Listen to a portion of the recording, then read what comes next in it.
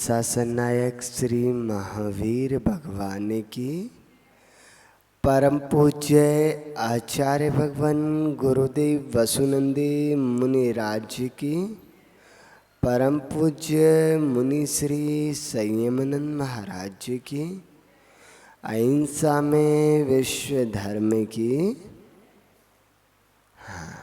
विराजी। आज यहाँ पर आप सभी उपस्थित प्यारी प्यारी भव्य आत्माओं, कल तक हमने देखा था कैसे ग्वाला प्रभु परमात्मा की अवस्था को प्राप्त हो गया। आज पुनः एक नई कथा का प्रारंभ करते हैं, क्योंकि ये कथाएं हमारे जीवन से वृथा को दूर करने वाली हैं। इन कथाओं के माध्यम से ही, अम्मा जी बीच में नहीं आया करो आप, इन कथाओं के माध्यम से ही हम अपने जीवन को संभाल पाते हैं।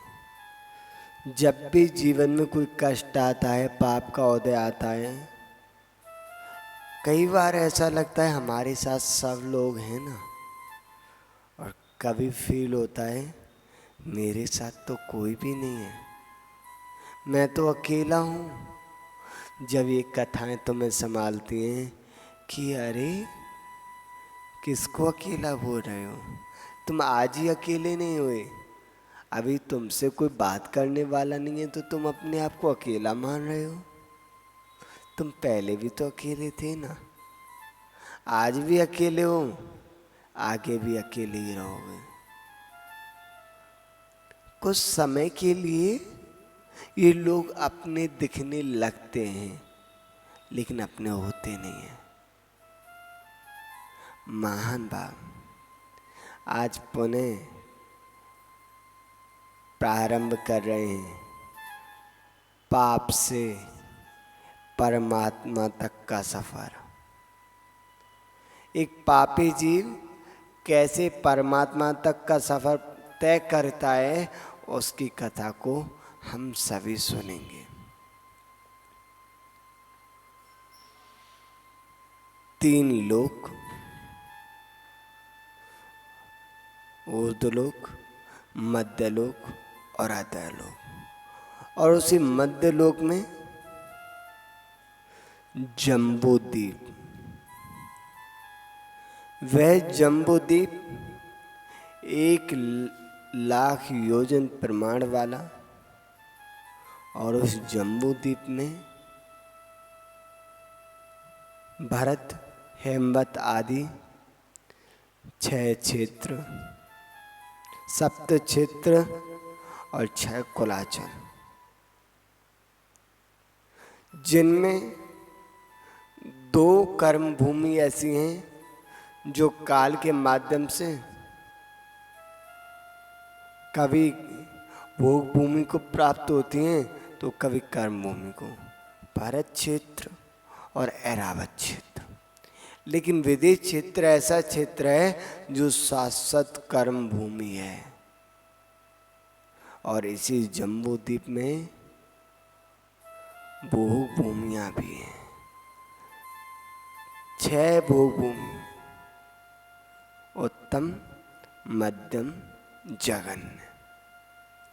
2 उत्तम, 2 मध्यम, 2 जघन्य। और इसी जम्बूद्वीप के मध्य में 1,00,000 योजन प्रमाण वाला एक सुदर्शन मेरु, जो अनेकों प्रकार के फल फूल के वृक्षों से शोभायमान होता है। उस पर 4 कटनी, जिन पर प्रत्येक कटनी पर 4-4 चैत्यालय बने हुए हैं। हाँ, ये वही सुदर्शन मेरु है जिस पर तीर्थंकर भगवान का अभिषेक होता है, जिसकी चारों दिशाओं में 4 पांडु शिलाएं बने, और एक एक पांडु शिला के आजू बाजू में दो दो शिला और हैं जिन पर सौधर्म इंद्र और ईशान विराजमान होकर भगवान का अभिषेक करते हैं। महान भाव। और उसी जम्बूद्वीप में भरत क्षेत्र, यह वही भरत क्षेत्र है जो अनादिकाल से था और अनंत काल तक रहेगा। इस भरत क्षेत्र को न किसी ने बनाया न कोई अंत कर पाएगा, लेकिन इस भरत क्षेत्र में जो नाम पड़ा भारत देश, ये ऋषभदेव के प्रथम पुत्र के नाम से पड़ा। महान भाव। और इसी भरत क्षेत्र में एक अवंती देश नाम का देश था, जो देश ऐसा मालूम होता था कि जैसे सभी देशों का यह सरताज हो, उनका मुकुट हो। और उस अवंती देश में एक नगरी थी। कौन सी नगरी थी वो? उज्जैनी नगरी। उसकी उपमा, उसका व्याख्यान शायद हम शब्दों में भी ना कर पाए। जहां जिधर देखो उधर चैत्यालय बने हुए थे। नगर के चारों गोपुर द्वारों पे विशाल विशाल चैत्यालय, और नगर के मध्य में एक विशाल चैत्यालय जिसकी ध्वजा गगनचुंबी थी। मानो ऐसा प्रतिभास होता था कि वह अपनी ध्वजा से आकाश को भी छोटा मापने लग रही हो। उस नगर में चोरी, डकैती, लूट पाट, हिंसा, अभ्रम, परिग्रह में आसक्त, झूठ बोलने वाले, अचौर्य, यानी कि चोरी का पालन, जो चोरी नहीं करते ऐसे लोग रहते थे। जहाँ पर कोई दूर दूर तक कोई चोर दिखाई नहीं देता, ना लुटेरा दिखाई देता। नगर में सभी धर्मात्मा ही धर्मात्मा थे। जहाँ देखो वहाँ साधु भ्रमण कर रहे हैं, लोग पढ़गान कर रहे हैं, मंदिरों में भजन कीर्तन चल रहे हैं, गौशाला आदि हैं। उस उज्जैनी नगरी के चारों तरफ हरियाली छाई हुई है। पक्षियों की चेंचाट, बच्चों की किलकिलाहट सभी के मन को रंजायमान करने वाली थी। उस नगरी में हमेशा धर्मात्मा लोग ही रहते थे, और क्यों ना होंगे। पुण्य आत्मा जीव ही ऐसी नगरियों में रह पाते हैं। जो पापिष्ट जीव होते हैं वो तो मलेच्छ खंडों में होते हैं। महान भाव। वहाँ का राजा था जिसका नाम था अवनीपाल। क्या नाम था राजा का? अवनीपाल। वह राजा कर्तव्यनिष्ठ धर्मात्मा था, अपने कर्तव्यों का पालन करता था। जैसे मुनिराज अपने कर्तव्यों का पालन करते हैं, ऐसे ही श्रावक के भी कुछ कर्तव्य होते हैं। आप कौन हो? श्राविका। और श्राविका के क्या कर्तव्य होते हैं? क्या होते हैं? हाँ, तो उसमें से कितना पालन करते हो? अभी बहुत सारे लोग ऐसे हैं जिनको अभी अपने कर्तव्यों के नाम तक नहीं पता, और जिसको नाम नहीं पता वो पालन कैसे करेगा? देव पूजा गुरु पासे स्वाध्याय समस्त देव पूजा करो, स्वाध्याय करो, संयम का पालन करो, साधना करो, तप करो, हाँ, पूजा भक्ति करो, ध्यान करो, जाप लगाओ। आचार्य भगवान कुंद कुंद स्वामी जी ने बताया दानम पूया मुखम। उस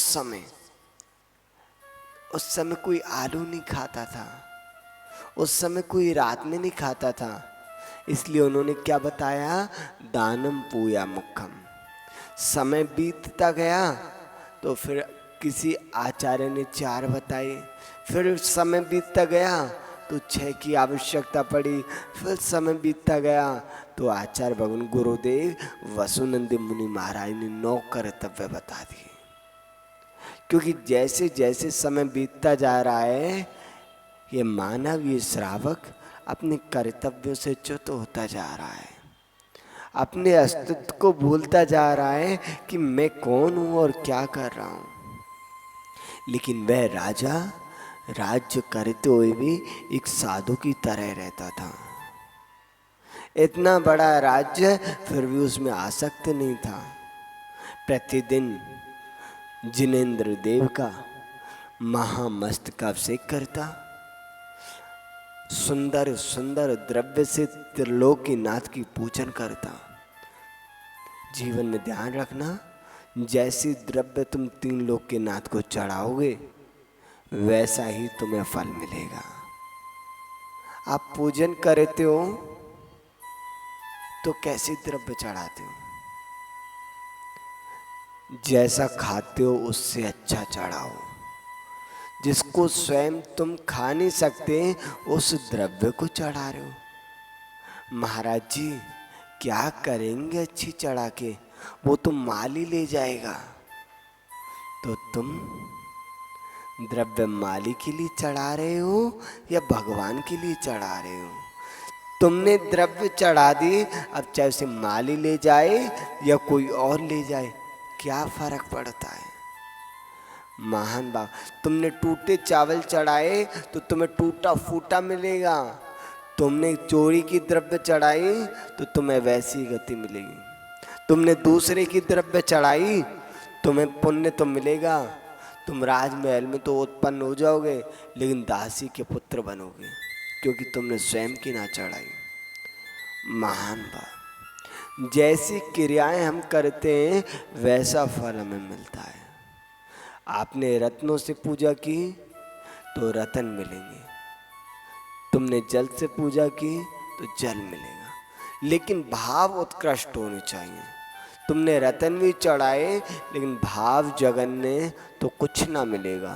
रतन भी गए तुम्हारे, लेकिन भाव उत्कृष्ट हैं और तुम्हारी योग्यता अगर रतन चढ़ाने की तो रतन चढ़ाओ, और आपकी योग्यता अगर सच में जल चढ़ाने की है तो जल चढ़ाओ, लेकिन भावों से चढ़ाओ। महान भाव, वह राजा सदैव अपनी प्रजा का पुत्रवत पालन करता। कभी भेष बदल के रात्रि में जाता और देखता मेरी प्रजा में किसी भी प्रकार का दुख तो नहीं है, कहीं चोरियां तो नहीं हो रही, कहीं मेरी प्रजा के साथ अन्याय तो नहीं हो रहा।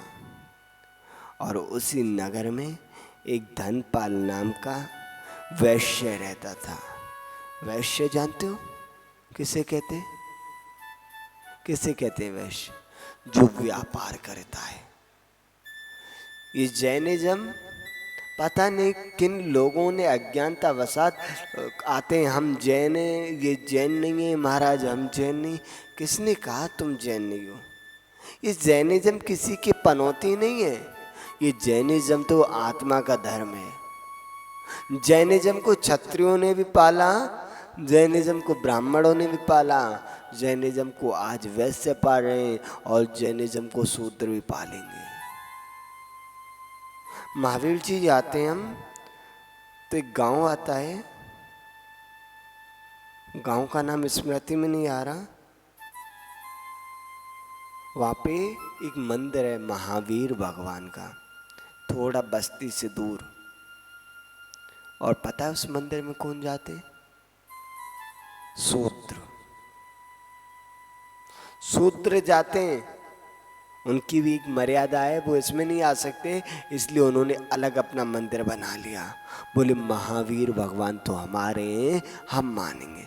तो जैनिज्म किसी का एक का नहीं है, सिर्फ नाम लिखने से जैन नहीं होते, कर्मों से जैन होते।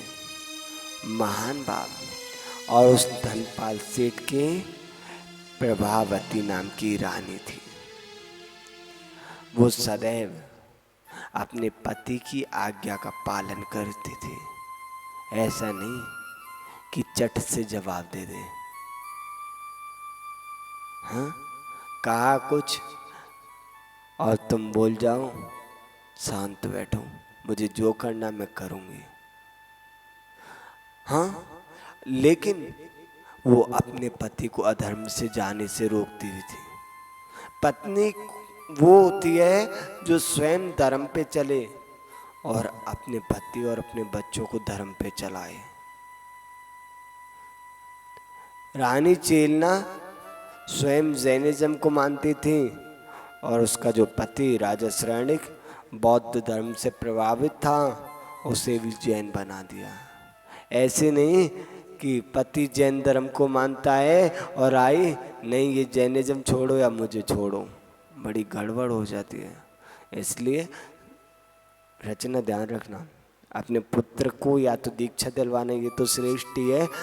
अरियंत नाम रखा है, उसे अरियंत बनाना। और अगर विवाह भी करो तो जैनिज्म में करना, नियम ले लो। हाँ, जैनिज्म के अलावा कहीं विवाह मत करना, कुआरा रह जाए चलेगा। क्योंकि अगर वो जैनिज्म को नहीं मानती कोई कन्या और वो आपके घर में आ गई तो आपके संस्कारों को वो नष्ट कर देगी। हाँ, बहुत बढ़िया, आपके परिवार में इतने अच्छे संस्कार हैं।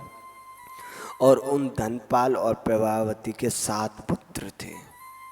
कितने थे? 7 पुत्र थे। अब कोई महाराज इतने कौन करे? भैया सब अपने भाग्य का खाते हैं, कोई किसी को नहीं खिलाता। पहले ये लोग बात को जानते भी थे और मानते भी थे। आज कहते हैं जो पढ़े लिखे डिग्रियों को लेके बैठ गए, क्या होता है? कर्म वरम कुछ नहीं होता, कमाना हमें पड़ेगा। महाराज आप तो उपदेश दे देते हो लेकिन हमें पूछो। लेकिन पक्का मानना जो कर्म है, अरे सब अपने भाग्य का खाते। तुम क्या खिला रहे हो? तुम ना रहोगे तो भी वो खाएगा। इसलिए कई बार हम देखते हैं कि बच्चे लोग आते हैं, काम वगैरह करते हैं, जो श्रावक हैं, तो हम बोल देते सुनो इनको अच्छी तनख्वाह दो। बोले महाराज क्यों? हम कहते तुम्हारा क्या जा रहा है? अरे ये तुमने अगर इसको लाख रुपए महीने भी दे दिए, ये अपने भाग्य का खा रहा है, तुम्हारा क्या जा रहा है? तुम्हारा कुछ नहीं जा रहा है, इसका भाग्य तुम मिल पा रहे हैं। भाग्य नहीं होगा तो 5-10 हज़ार ही मिलेंगे, चिंता नहीं करो, खूब दो, जितना दे सकते हो दो। हाँ, जैसे आपके स्वामी देते सबको। हाँ, क्या फर्क पड़ेगा? क्योंकि मेरे भाग्य का है तो दुनिया में मैं पैसा किसी को भी दे दूं वो खा नहीं सकता, और मेरे भाग्य का नहीं है तो मैं जोड़ जोड़ के घर में रखूं तो पचा नहीं सकता। और 7 पुत्र थे, अच्छा जीवन चल रहा था। एक समय वह प्रभावती चतुर्थ स्नान के बाद अपने पति के साथ सहवास करने लगी। इस चीज़ का विशेष ध्यान रखना चाहिए। आजकल पता नहीं क्या हो गया है, संस्कृति को विलुप्त सी होती जाती है। इससे अच्छा तो हमें लगता है, हमने एक बुक पढ़ी थी विदेशों में, बहुत अच्छा है ये चीज़। जब एक समय आता है, उस समय स्त्री को अपने घर के एकांत में रहना चाहिए।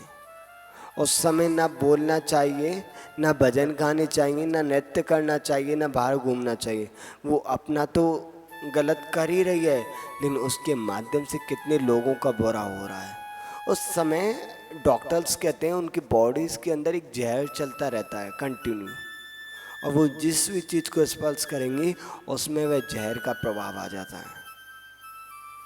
आप सब्जी की दुकान पे गए और वो टाइम है तो उसकी सारी सब्जी खराब हो जाएंगी। इसलिए विदेशों में पता है कई कंट्रीज हैं, उस समय उस महिला को जमीन तक को नहीं छूने देते। बोलते हैं हमारी पृथ्वी दूषित हो जाएगी, खेतों में नहीं जाने देते, अगर चले गई तो सारी फसल खराब हो जाती है।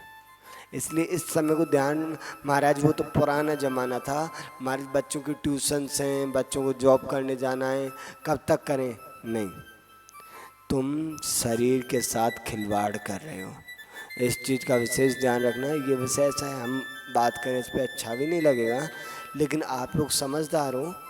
उस समय गुरुओं के दर्शन ना करें, यहाँ तक कि अपने घर में किसी को भी अपना मुख ना दिखाएं।